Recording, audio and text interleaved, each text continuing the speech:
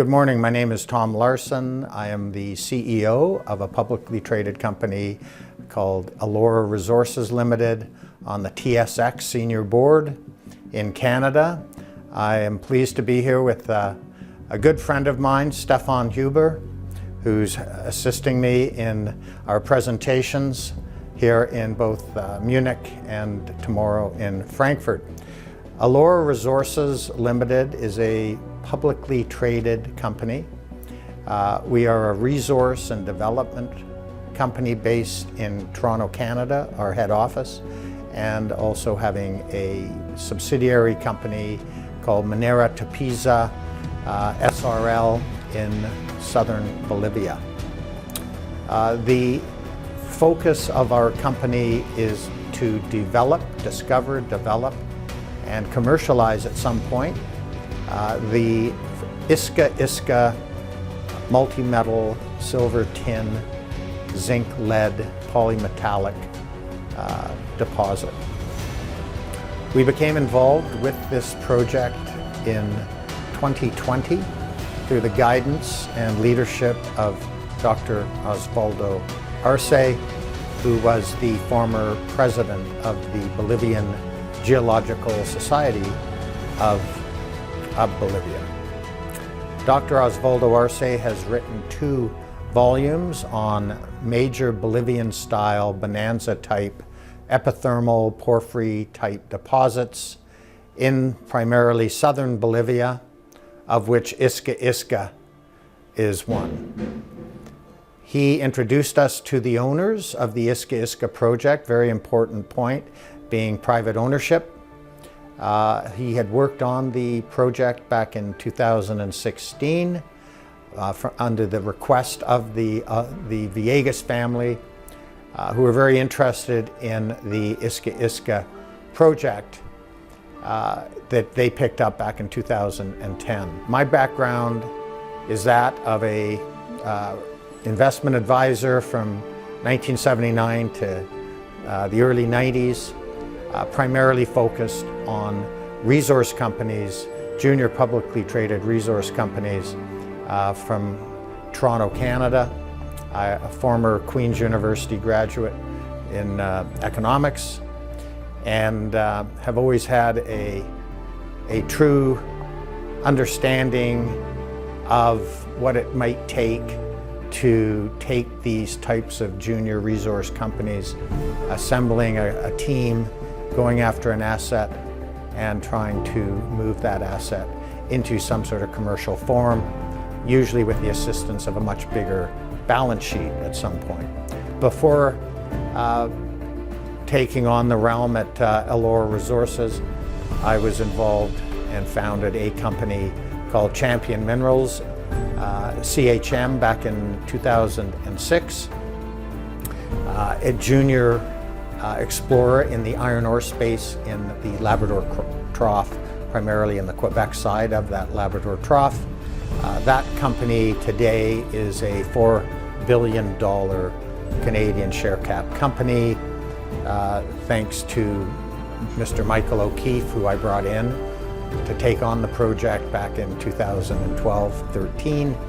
A very successful endeavor, and my shareholders from the Champion days, in most part, have done very well. I moved forward with Michael taking on Champion. I moved forward on the Eloro Resources file, and to this day, we were very fortunate in this project that Dr. Osvaldo Arce brought to us, called the Iska project in Bolivia. We did spend 3 years, and we still own the property, the La Victoria project, a 95 square kilometer property, about 16-hour drive north of Lima, Peru, in the Ancash district in Peru, with neighbors such as Lagunas Norte and others, Minsur,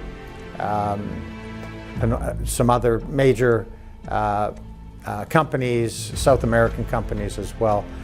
But we did have difficulties moving forward with this property due to certain community resistance in certain portions of the property, and with the introduction of Iska in the neighboring Bolivian country by Dr. Osvaldo Arce in 2019, we moved and our focus is 100% the development of this great Iska project. The property in Peru is up for sale. We are looking to monetize it, but again, our focus is the Iska project. We started into the never-before-discovered project from the standpoint of using modern technology such as drilling, IP, just a lot of geoscience, geophysical work.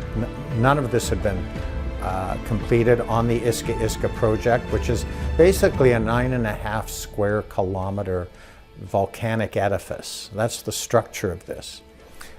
Basically a volcano that came into formation back 12 million years ago, 12 to 15 million years ago, in what they deem as the Miocene period. This basically was when the volcanism created the Andes, the Cordilleras from the Andes, all the way up from Chile all the way up through Peru, Ecuador, but the offshoots into Bolivia. And we're in a rather unique situation in that whereas you see these major copper porphyry systems in Chile, in Ecuador, Peru, in Bolivia's case, we have a tin porphyry system. And this tin porphyry system runs roughly 1,000 kilometers south-north from the Argentinian border, north to northwest into the southeastern district of Peru, where the famous San Rafael tin deposit, tin operation, owned by Minsur is located. They probably contribute close to 10% of overall tin production annually worldwide. The tin market is very small, close to 300,000 tons of tin annually produced, again worldwide, of which 60 to 70% is from Chinese, Indonesian, Myanmar sources, of which a lot of restrictions on those exports has created a major opportunity, we believe, especially in the tin space. For instance, the United States, they consume over 50,000 tons of tin a year. They have zero source, domestic supply source, other than recycled tin.